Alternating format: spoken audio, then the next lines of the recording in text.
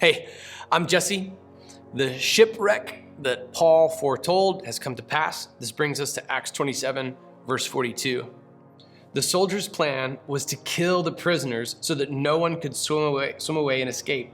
But the centurion kept them from carrying out their plan because he wanted to save Paul. And so he ordered those who could swim to jump overboard first and get to land. The rest were to follow, some on planks and some on debris from the ship. In this way, everyone safely reached the shore. God's favor on Paul saved multiple lives. This centurion didn't want to kill Paul. He didn't want Paul to be killed. And he didn't want other centurions to kill their prisoners, would put pressure on him to kill his prisoner. And so he instead keeps everyone from carrying out their plan just to save Paul. It's almost as though God is sovereign or something, because this is exactly how God said this thing would go.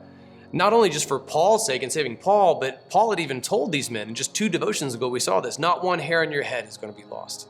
Now, it looked like they were about to lose, every hair on their head, along with their heads. And instead, they're all saved. And it's all based on God's favor over Paul. Man, once again, what a beautiful story about an entire boatload of people, 276 people on the manifest, are all benefiting by their proximity to Paul and God's covenant with him and God's sovereign will that he would go and testify before Nero in Rome. He would testify before Caesar.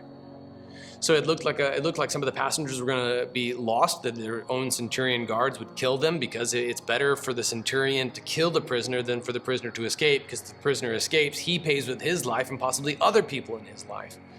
And instead, God orchestrates all of it despite all odds in such a way that everybody is now safely ashore on Malta.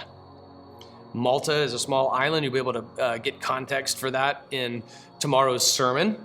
We're going to have our final sermon in the book of Acts tomorrow, and then we're going to have our curriculum next week, and we have next week's devotions, and then we have completed our study of the book of Acts, verse by verse, if you add origins to this current series in the book of Acts. God has been sovereign over the whole thing. All right, from the proclamation of Jesus at the very beginning of this book, that's right, this book opens with red letters, to Malta, and then the eventual house imprisonment of Paul at the very end that sets the backdrop to his later epistles.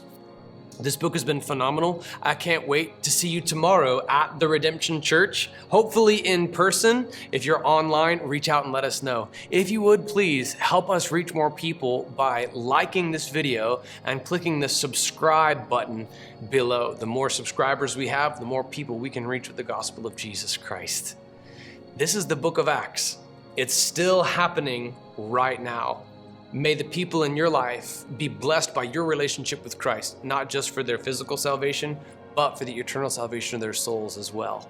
This book is still happening today.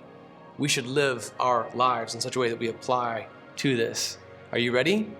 Let's go.